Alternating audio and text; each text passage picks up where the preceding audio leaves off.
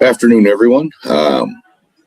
Going kind of crazy today here on the WTP Sports Dudes channels. Got a little bit of NASCAR talk. We just had a earlier stream regarding some other topics. If you want to go check that out, you can check that across any of our channels that are scrolling at the bottom.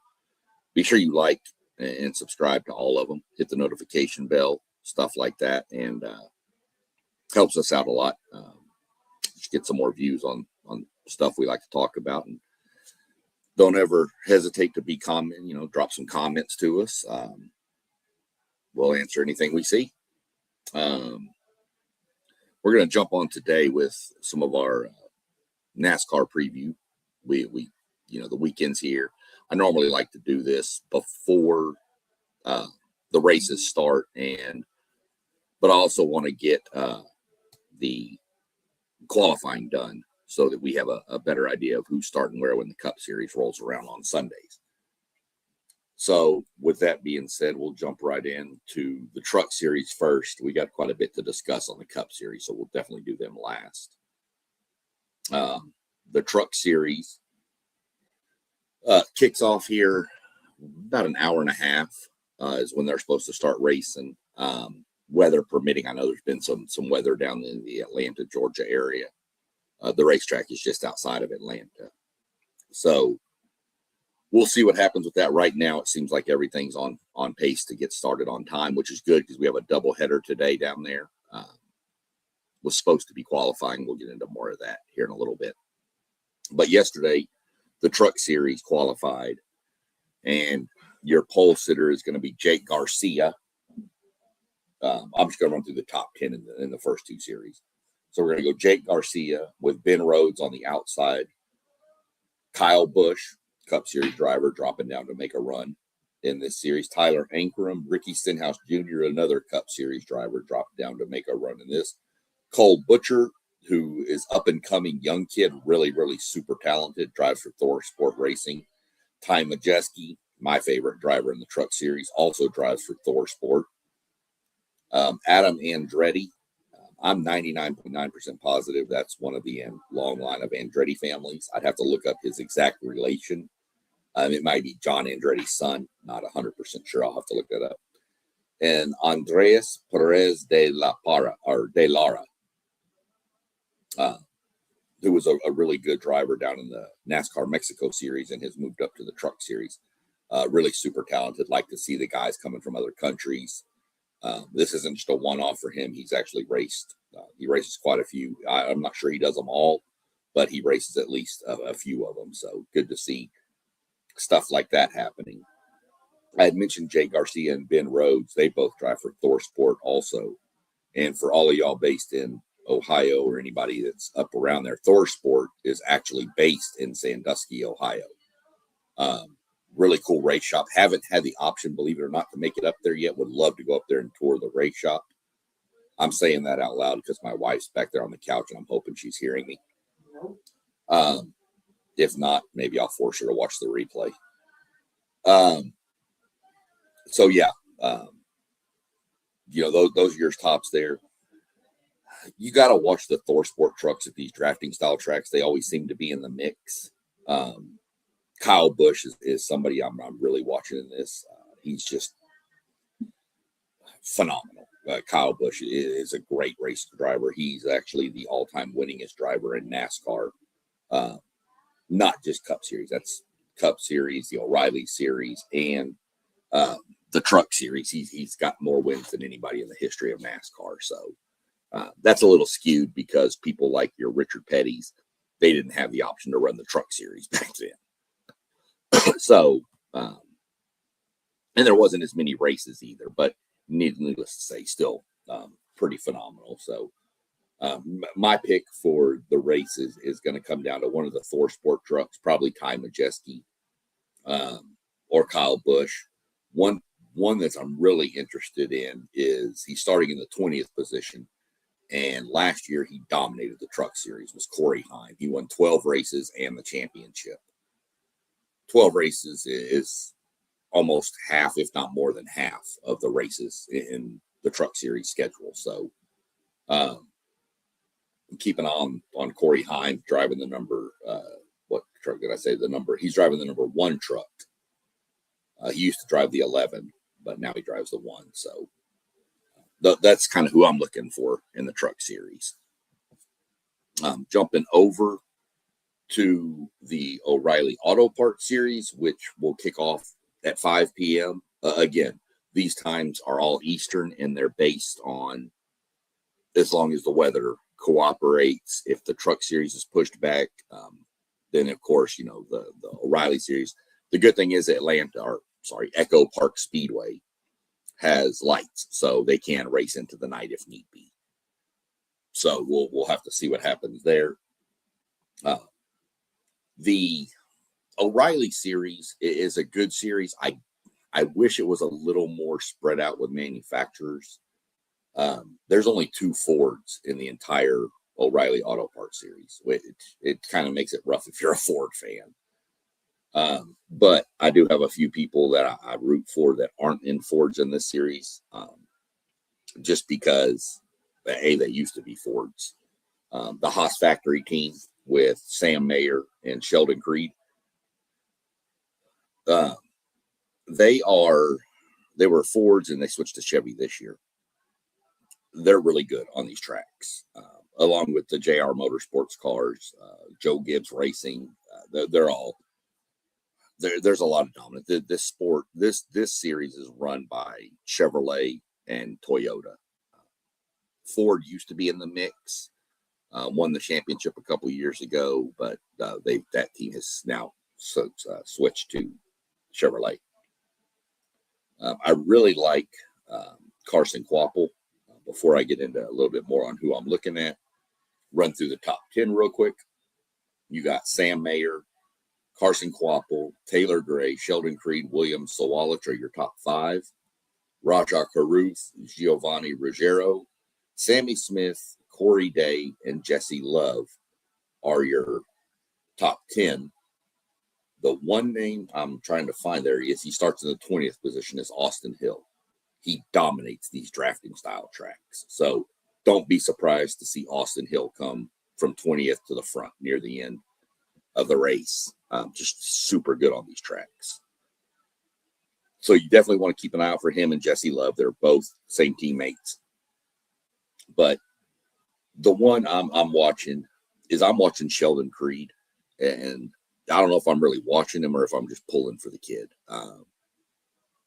He has the most second place finishes without having a win than anybody in the history of NASCAR. This poor kid is second place. He's runner-up Sheldon is what they called him. I just want the kid to get a win. He's a great guy. The luck of the draw. It just something always bites him. He'll be in so really pulling for that kid. Also am kind of biased rooting for Carson Kvapil, the number 1 car, mainly because I mentioned it last week. His crew chief was Kevin Harvick, my former favorite driver before he retired, crew chief Rodney Childers. And I love Rodney. Rodney is one of the greatest crew chiefs to ever grace NASCAR. So I'm kind of secretly rooting for Carson Kvapil. But you got to watch out for, like I said, you got to watch Austin Hill, Jesse Love, the Haas Factory teams with Mayer and Creed. These drafting style tracks is a lot about teammates and who's going to help who. So you got a little more room there to play with when you've got teammates up near the front.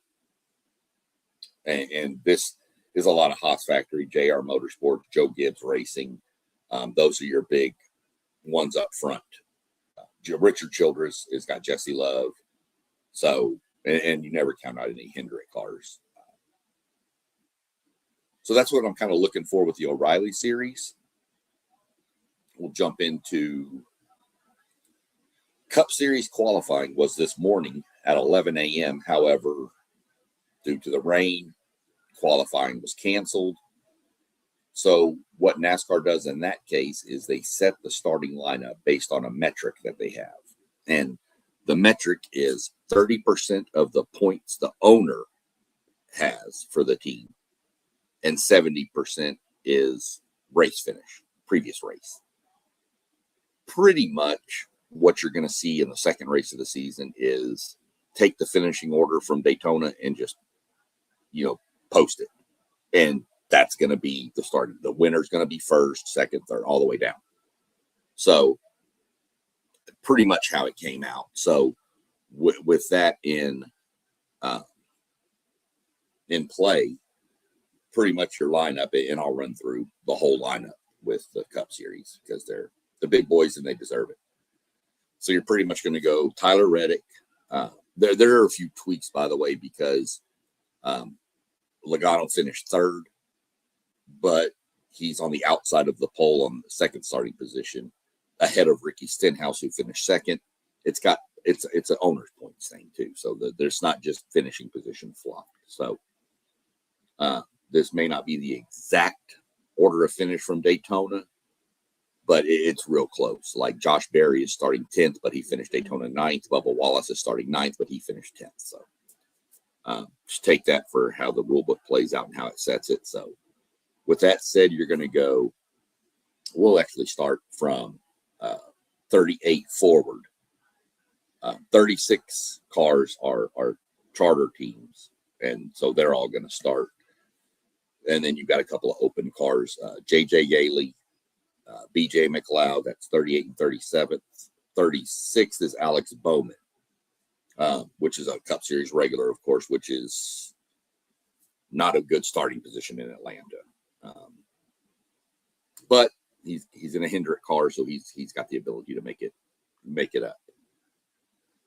So 35 is Todd Gilliland, Chase Briscoe, Austin Dillon, which will change, be Christopher Bell, Connor Zilich, and Austin Cindric is number 30.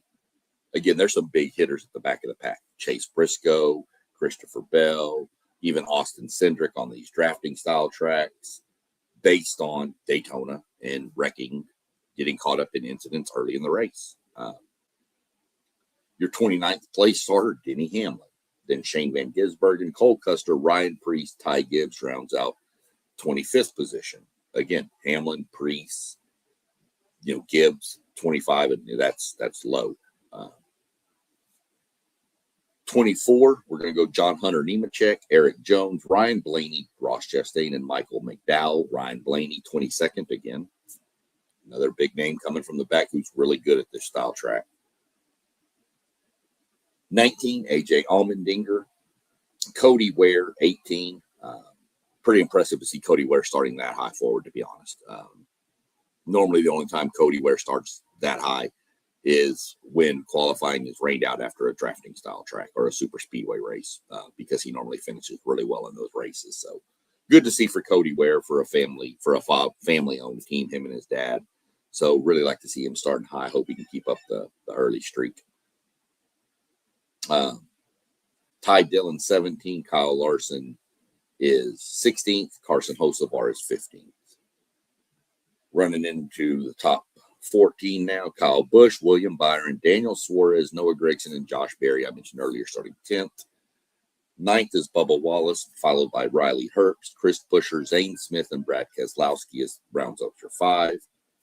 In positions 4 through 1 is Chase Elliott, Ricky Stenhouse Jr., Joey Logano, and Tyler Reddick. So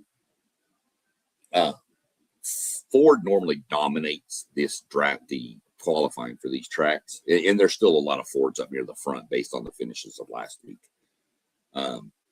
There's some surprises in the top 15 to 20 at least. Zane Smith, Riley Herbst, Noah Gragson, Ty Dillon, Cody Ware, all those in the top 18 are really good to see for NASCAR. It just kind of means it's spread out more now. Granted, it has only been one race, so don't take too much stock into that right there. But it's good to see some new faces up near the front a little bit. We did have penalties before qualifying even started. Now the number 3 car is already into the race, no matter how they're chartered, so they're in. Now the 78 team is an open team, so they have to pass inspection and then qualify. But because it got rained out, they got put in, because as long as they passed inspection. If they wouldn't have passed inspection, then they wouldn't have been allowed to qualify and they'd have been sent home. But they're in the starting lineup, so they must have passed inspection. Now, what do these penalties mean? So, and I don't have specifics on what the exact penalties were, just that there were multiple penalties for failing pre-race inspection on Friday night. So both teams loses their car chiefs, Ryan Chisholm and Ryan Henderson, respectively. Ryan Chisholm's for the number 3 car.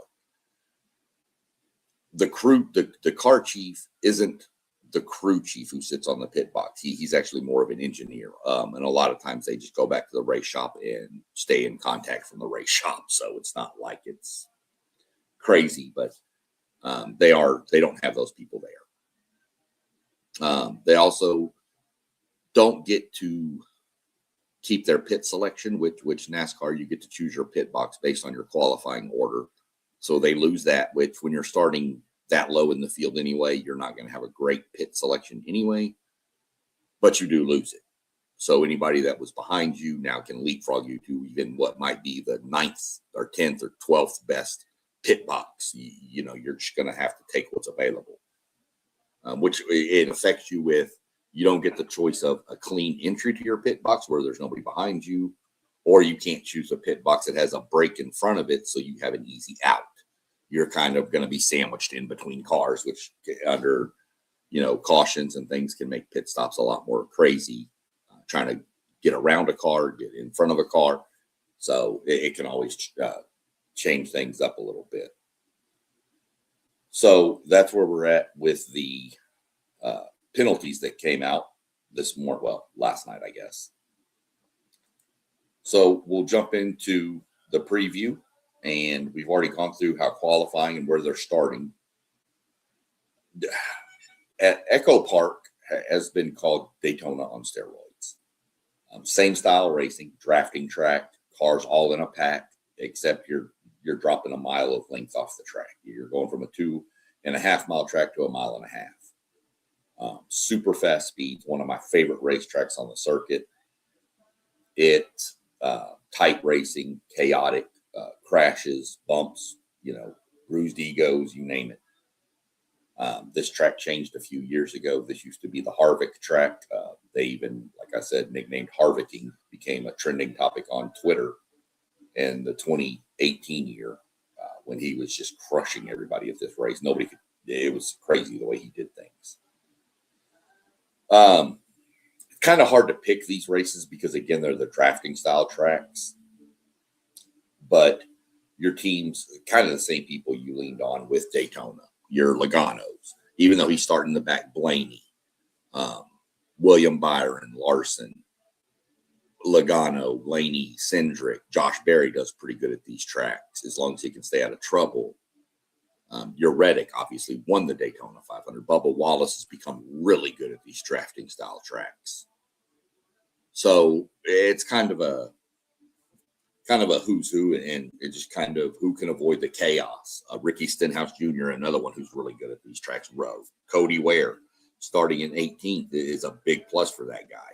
He could actually, do something and get up another top 10, top 5. But I think if you're looking for people with teammates around them to help, and 2311 is right there with 3 of them in the top 10. RFK Racing has 2. Front Row Motorsports has 2. The Wood Brothers is pretty much a Team Penske car, so there's 2 there. And then the other 2, Cindric and Blaney, are in the back, but they could work together to push their way to the front to catch up with their teammates. So I'm not looking for a repeat winner with Tyler Reddick going back to back, but you got to watch the Penske squad, some of the Fords. You got to watch Daniel Suarez. Kyle Busch is in this mix. You got to watch all these guys coming from the back. Chris Buescher is another one who's kind of a sleepy pick to me, but that's what I'd watch for. Watch to see who can come from the back and avoid all the chaos and the destruction and the crashes, and who can kind of snake their way through the field and put themselves in position. It's like Daytona. You can't win the race on the first lap, but you can lose it on the first lap. So you've got to be around at the end of the race, or else, you don't have a chance to win anyway. So missing all the chaos and stuff is going to be super important, and who can navigate that. And obviously by staying up front, you have less options to be mired in a crash. So we'll jump into our fantasy version of the show. And I'm going to do my typical share screen. We'll go to the NASCAR Fantasy Hub. So here we go. You can see I told you don't try to win points and money based off my fantasy picks, because it's just especially Daytona. I'm sitting in 52nd place in my fantasy group right now, which doesn't sound like a lot until you realize that only 52 people made a roster. So actually, I think 53. I think I'm beating one person.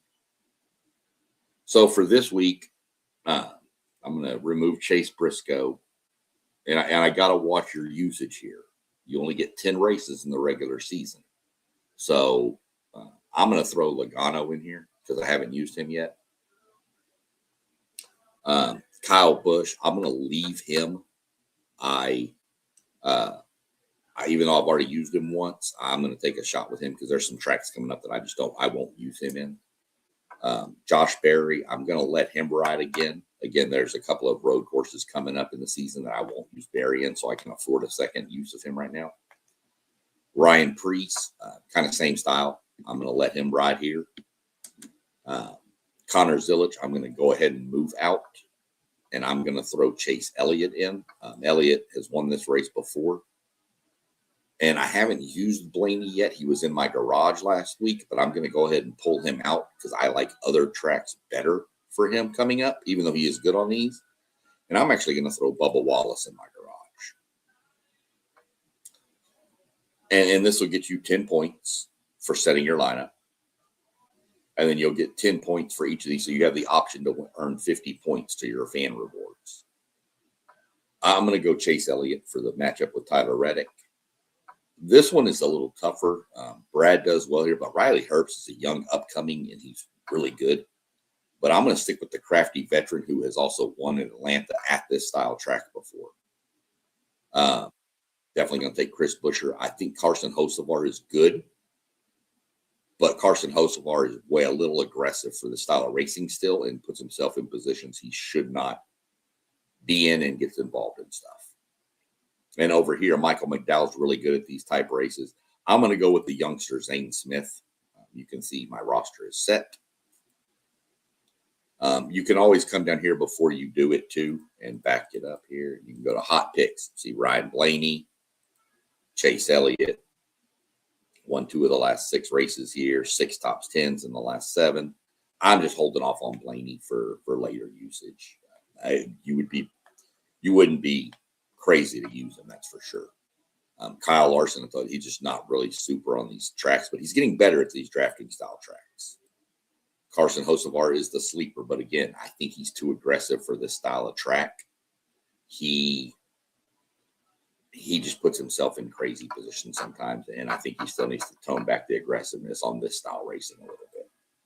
Ricky Stenhouse, I mentioned him. He's good on these style tracks too. So those are kind of some things that can help you set your roster. I'm going with mine. If you look up here, you at the 77 points, you'd realize I probably don't really know what I'm talking about. So you might want to follow these people down here a little bit better. Fantasy is so hard in this because all it takes is somebody else's mistake. Carson Hocevar could make a mistake, and all of a sudden Kyle Busch, Josh Berry, and Joey Logano are wrecked and out of the race, and now you've got only 2 people left in the race. So it's just hard to predict that. We'll jump back over to the Fantasy Hub now that roster's set. Maybe. There it goes. And we'll go to our 36 for 36, kind of one of those streak things. Last week, if you remember, I took Cody Ware because he's not one of the better drivers in the series, but he's decent at those tracks, and he got me 20 points, which is more than I would have expected from him. This week, again, you can only pick one car. 36 cars, 36 races. So, if you had a bad one and you picked like a Alex Bowman last week and you got like 1 point or something, or Chase Briscoe, you really want to make a solid decision here. I'm sitting with 20. I'm going to kind of take a little bit of a flyer on this one and find me somebody that might get me some points because they're good at this track, but they might not. So I'm going to go ahead and take Ricky Stenhouse Jr. right here, not Carson Hocevar. Ricky Stenhouse. I remember the buttons are at the top, not the bottom. So I'm going to take Ricky Stenhouse Jr. for this, and it'll show you the upcoming tracks too. Like this is a road course, Phoenix, Las Vegas. It'll tell you what's coming up. So that's what I'm going to go with is Ricky Stenhouse on my 36 for 36. Jumping back over here. Really all we got this week. Going to keep an eye on the weather down there in Atlanta. It looks, like I said, it looks like we're good. It looks like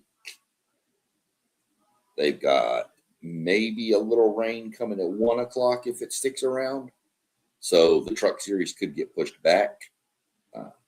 Remember, if you have your NASCAR Fan Rewards app, you can go into it, and when you just go to NASCAR.com, actually, it'll pop up at the bottom on your mobile app, and you can click live and then hit check in, and you get, I'm sitting at 732 points. But when the race is ready, 30 minutes before the start of the race, the check-in button pops up, and you click that and you get your 50 points right there. So by the end of this weekend, with setting my fantasy team and all that, I should be about 900 points. So I'm like pretty much 1/5 away from 2 free race tickets. So, and then my wife, I think her account will be close to like 750, but I have the premium account. So that's one reason why I have more points. But you're looking at, we'll have the ability, if we wanted, we'd probably have the ability to get 8 free tickets, 2 tickets to 4 races if we wanted to next year for free. So again, if you want more info on that, you can definitely drop your comments to me. You can go back and watch my previous NASCAR for Beginners series, and we'll roll through it from that. Other than that, I'm going to jump off and go see if we're going to get this race started and get ready for a good day of racing. Got some good college basketball going on today too, if that's your thing. The the Truck Series race will be on FS1 or the Fox Sports app. You can find it. If you have Sirius XM radio, you can find it on channel 90. Or if you're driving down the road, maybe you're a truck driver that's caught this, and you can find PRN, Performance Racing Network. They're going to be broadcasting it if you can find an outlet where you're near. The O'Reilly series is going to be on the CW network. Again, that'll be broadcast on channel 90 on Sirius XM, and PRN will have the broadcast on the radio. And then tomorrow, you've got your Cup Series, which is going to be, I need to look at that real quick. I need to see, because I don't know if the Cup Series is going to be on Fox or if they've moved it to FS1. Let me look before I tell you. I think it's Fox. Yeah, it's on Fox. So that's the problem with the Cup Series, is it bounces around to about 6 different people, but it's on Fox, FS1, the first half of the season. And then it starts jumping between Amazon Prime and TNT and USA and NBC, and it becomes kind of crazy to keep up with. But we'll keep you. I'll let you know where it is every week. Of course, you can always not only catch it on Fox, but you will be able to also let me go through this. Okay, so Craftsman Truck Series FS1. Fox 1 TV broadcast, NASCAR radio, I told you that. Satellite radio, told you that. Cup Series is You can watch it on Fox, of course. Fox 1 TV broadcast. Don't know exactly what that is. I guess that's maybe just the regular Fox. If you have HBO Max, you can go on to HBO Max, and they actually have driver cameras in the car. So you can watch what different drivers are seeing and stuff. Again, if they have the radio audio, please be careful if you have children and you don't want them hearing words that they shouldn't probably be repeating, because you'll probably hear a few. Remember, these are grown adults in a sporting event, so they're talking back and forth to themselves. It's not meant for outside sources, but they're generous enough to let us listen. So please, if you hear bad words, don't start losing your mind and throwing a fit. It could happen. Not saying it will, but it could. PRN radio again and Sirius XM on channel 90. We'll show you everything. You can hear everything you want there. And then if you're interested too, you also have press pass at 12:30 on, and then post race press pass for the NASCAR race, which is pretty much normally you can find those on YouTube on the NASCAR channel. So that's where we're at for this weekend. Really looking forward to this weekend. Like I said, I love Atlanta the artist formerly known as Atlanta Motor Speedway, which is now Echo Park. It's one of my favorites. So hope y'all enjoy your Saturday and your Sunday even, and we'll talk again. We'll be breaking down Atlanta come Monday evening, and we'll start preparing for COTA probably Wednesday of next week and get it going. Other than that, y'all have a good afternoon, and we'll talk later.